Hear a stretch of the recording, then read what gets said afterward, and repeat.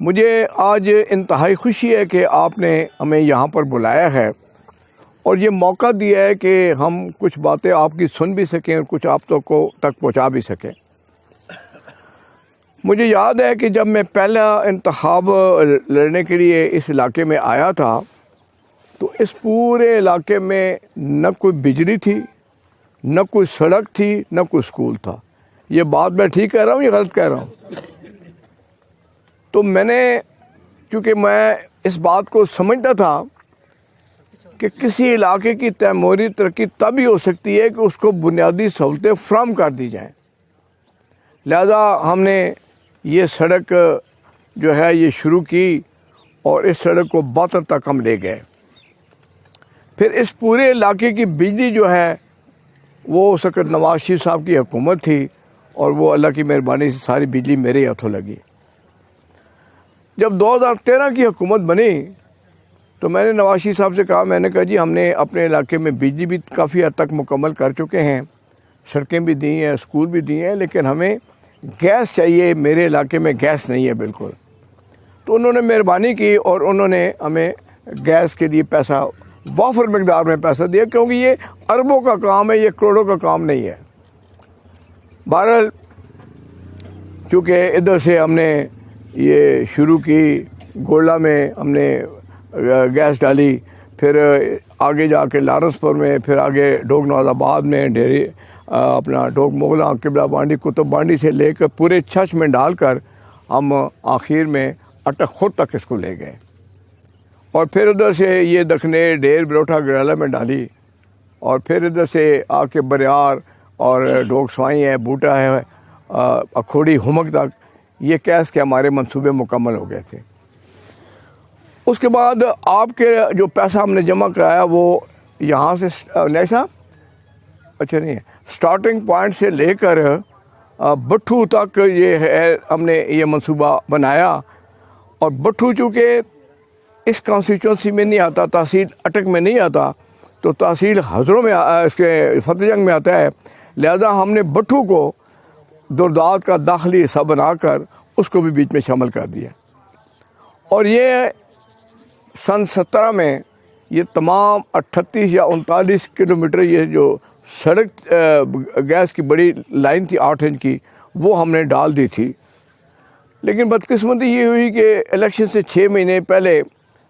بابا رحمتے نے ایک پابندی لگا دی کہ یہ ترقیاتی کام بند کر دو۔ حالانکہ ترقیاتی کاموں کو جاری رہنا چاہیے،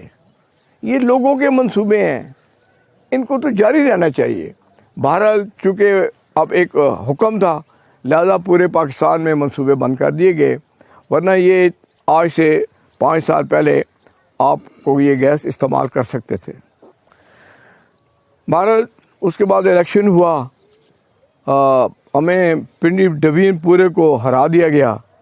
نہ ہمیں کوئی جہلم سے سیٹ مل سکی، نہ چکوال سے ملی، نہ اٹک سے ملی، نہ اسلام آباد سے ملی، نہ راولپنڈی میں ملی، اور اب تو یہ بات کھل کے سامنے آ گئی ہے کہ یہ الیکشن کیسے ہوا اور ہم سارے لوگ کیسے ہار گئے، یہ اب بات کو چھپی ڈکی نہیں رہی۔ بہرحال چلے کوئی نہیں، یہ بھی زندگی کا حصہ ہے، پہلے 6 الیکشن جیتے بھی ہیں اللہ کی مہربانی سے۔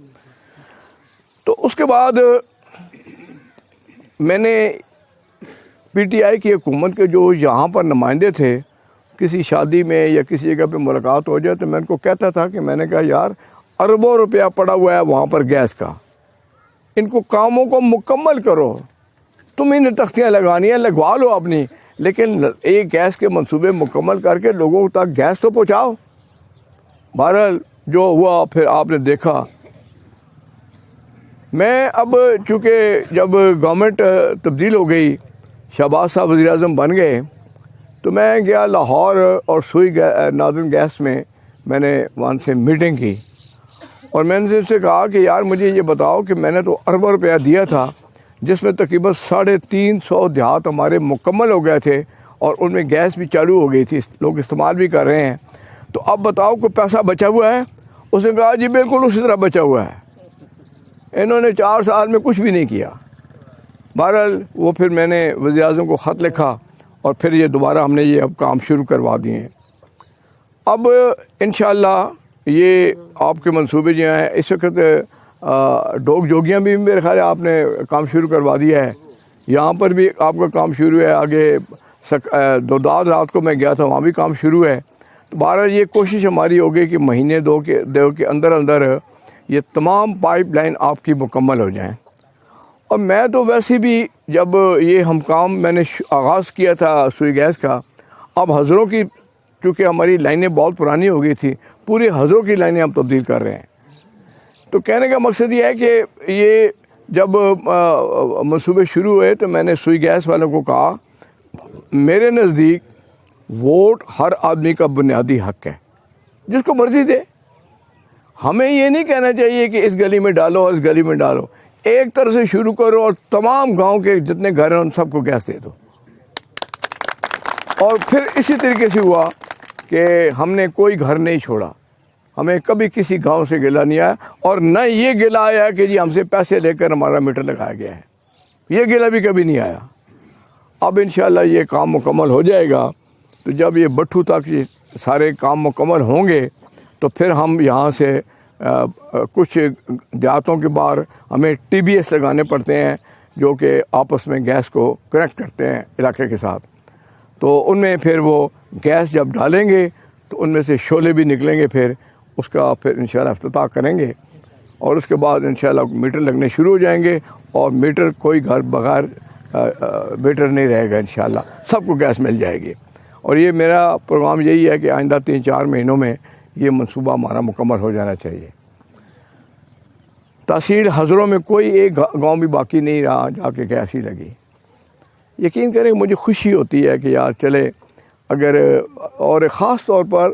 یہ جو ہمارے گھروں میں بیٹھی ہوئی بیٹیاں ہیں، بہنیں ہیں، یہ ان کے لیے ایک بہت بڑا تحفہ ہے، اس لیے کہ جب وہ صبح جس گھر میں گیس ہو تو صبح وہ بٹن دباتی ہیں اور گیس آتی ہے تو 2-5 منٹ میں وہ اپنی چائے بنا لیتی ہیں، بجائے اس کے کہ بارش ہو جائے لکڑیاں گیلی ہو جائیں تو آدھا گھنٹہ تو پھر لکڑی نہیں جلتی۔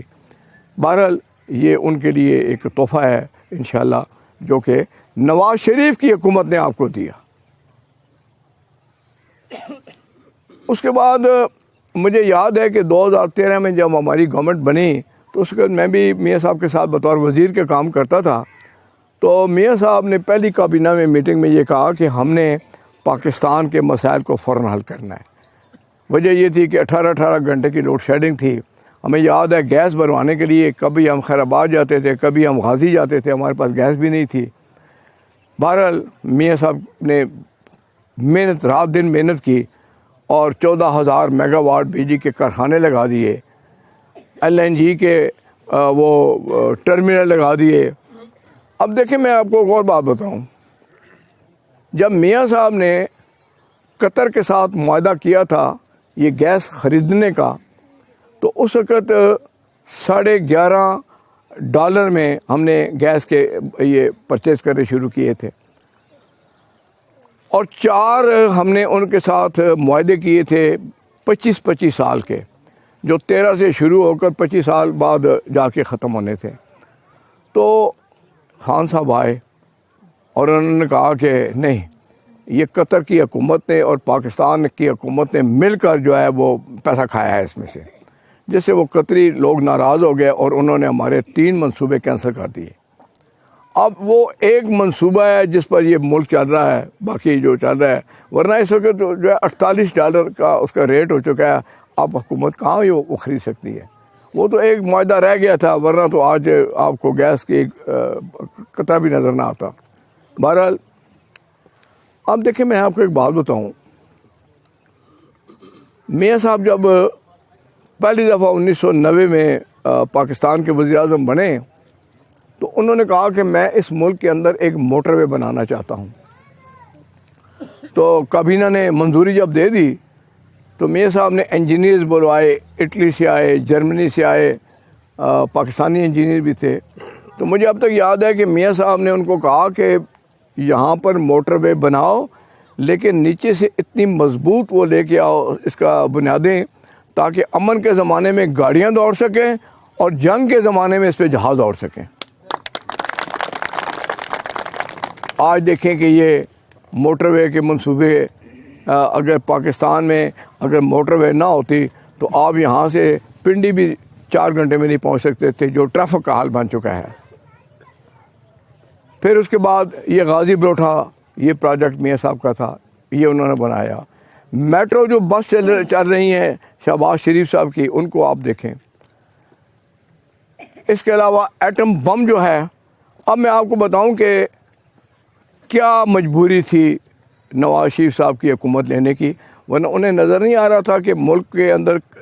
پیسہ خزانہ خالی ہے، ملک کے اندر جو ہے یہ IMF کا بہت بڑا ہم دباؤ کے نیچے دبے ہوئے ہیں۔ میاں صاحب کو سب کچھ پتہ تھا، لیکن مجبوری یہ تھی کہ ایک طرف ووٹ بچانی تھی اور دوسری طرف پاکستان بچانا تھا۔ ہم نے کہا چلے ہمیں ووٹ ایک دفعہ بھی آ رہے ہیں، دوسرا پھر آ جائیں گے، لیکن ملک کو تو بچنا چاہیے نا، ورنہ ہمارا یہ ایٹمی پروگرام جو ہے، یہ کہ سارے کا سارا ایٹمی پروگرام ہمارا تباہ و برباد کر دیتا ہے یہ شخص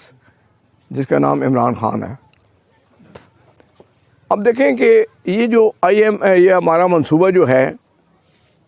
سی پیک کا، یہ کیا ہے؟ سی پیک کا منصوبہ یہ ہے کہ چائنا سے یہ سڑک آ رہی ہے اور پھر یہ حسن ابدال سے آگے جب چلتی ہے تو حقلہ کے مقام پر اس کے 2 روٹ بنتے ہیں۔ ایک ہم یہاں سے جاتے ہیں تو یہ پنڈی گئے اور سے ہو کر پھر میاں والی سے ڈی اے خان کو جاتے ہیں، ڈی اے خان سے زوب سے پھر کوئٹہ، اور کوئٹہ سے پھر ہم چلے جاتے ہیں گادر کی بندرگاہ پر۔ اور دوسرا روٹ یہ ہمارا بنتا ہے کہ یہاں سے ہم سیدھے فیصل آباد، وہاں سے گوجرا سے پھر یہ ملتان اور ادھر سے سکھر سے ہوتے ہوئے ہم چلے جاتے ہیں۔ اب اور اس طریقے سے جو ان کے سمندر ہیں وہ سال کے 8 مہینے وہاں برف جمی رہتی ہے، وہ جو ہے نا وہاں جہاز نہیں چل سکتے۔ تو میاں صاحب نے کہا کہ جتنے بھی بحری جہاز ہوں گے وہ یہاں آئیں گے اور یہ سی پیک کی سڑک جو ہے یہ ہم ازبکستان، تاجکستان تک لے جائیں گے، اور جو گاڑیاں ان سامان لے کے جائیں گی ان سے ہمیں راہداری ملے گی، اربوں روپے روز کا ہم کما سکیں گے۔ بہرحال اس شخص نے اس ملک کو چلنے نہیں دیا۔ یہ آپ کی اور ہم سب کی بدقسمتی ہے، اور مجھے سمجھ نہیں آتی کہ پوری قوم صبح سے لے کر شام تک اس کا جھوٹ سنتی ہے۔ یہ کاغذ لہرا کے وہ کبھی کہتا ہے کہ امریکہ نے میری حکومت ختم کی ہے، پھر آ کے کہتا ہے نہیں حکومت انہوں نے ختم نہیں کی، حکومت باجوہ نے ختم کی ہے۔ اب کہتا ہے باجوہ نے بھی کام، یہ جو وزیر اعلیٰ پنجاب بنا ہے، کیا نام ہے جی اس کا،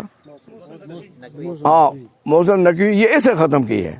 یار یہ پوری قوم یہ سن رہی ہے، حالانکہ بڑا واضح ہے کہ جھوٹ رزق کو کھا جاتا ہے۔ تو یار ہمارا ایک ایسا لیڈر جس کو ہم لیڈر مانتے ہیں، وہ صبح سے لے کے شام تک بیٹھ کے جھوٹ بولتا ہے، اور پھر بھی قوم کہتی ہے کہ تم ٹھیک کہتے ہو۔ تو اللہ تعالیٰ کا قرآن پاک میں فرمان ہے کہ جب قومیں گمراہ ہو جاتی ہیں تو ہم ان پر ظالم و حکم مسلط کر دیتے ہیں۔ اگر وہ جھوٹ بولتا ہے تو اس کے ذمہ دار بھی ہم ہیں، وہ نہیں ہے۔ اگر وہ ملک کو تباہ کر رہا ہے تو اس کے ذمہ دار بھی ہم ہیں، اس لیے کہ ہم اس کی ہر جھوٹی بات پر بھی سچ کہہ دیتے ہیں۔ اب دیکھ لینا 4 سال گزر گئے، ان 4 سالوں میں یار اربوں روپیہ وہاں ہمارا پڑا ہوا تھا، آپ کے یہ گیس کے منصوبے ہی مکمل کر دیتے نا۔ بہرحال اب وقت ہے کہ قوم سوچے، ہم سب سوچیں کہ ہمیں آگے چل کر کرنا کیا ہے۔ چونکہ میری ساری زندگی نواز شریف صاحب کے ساتھ گزری ہے، میں یہ سمجھتا ہوں کہ وہ شخص آئے گا انشاءاللہ، اور جب وہ آئے گا تو پاکستان کی تقدیر بدلے گی انشاءاللہ۔ اس لیے میں آپ سب سے گزارش کروں گا کہ خود بھی، اپنے گھر والوں کو بھی، اپنے عزیز و اقارب کو بھی، اپنے دوست احباب کو بھی یہ سمجھائیں کہ ٹھیک راستہ کون سا ہے اور غلط راستہ کون سا ہے۔ بہرحال انشاءاللہ یہ مجھے تو اللہ کے مہربانی سے اس بات کی خوشی ہوتی ہے کہ اس زمانے میں یہ بجلی بھی میری ہاتھوں لگ گئی، سڑک بھی بن گئی، اور آج گیس بھی ہماری ہاتھوں لگ رہی ہے۔ حالانکہ اصولی طور پر یہ 4 سال میں لگا سکتے تھے لیکن انہوں نے نہیں کیا۔ تو انشاءاللہ باقی ٹرانسفارمر کا چونکہ ناصر صاحب کا تعلق بجلی کے جو ہے اس کے یہ ڈائریکٹر بھی ہیں، تو انشاءاللہ یہ اب آپ کو ٹرانسفارمر جو ہے اس کا انتظام کر دیں گے۔ باقی وزیر اعظم پاکستان سے میں کچھ فنڈ لینے کی کوشش کر رہا ہوں، فنڈ مل جائے تو پھر انشاءاللہ جہاں جہاں پولز کم ہیں وہ بھی ہم انشاءاللہ لگا دیں گے. تو اس میں میں نیازی صاحب کا بھی تہ دل سے مشکور ہوں, پیر صاحب آپ کا بھی تہ دل سے مشکور ہوں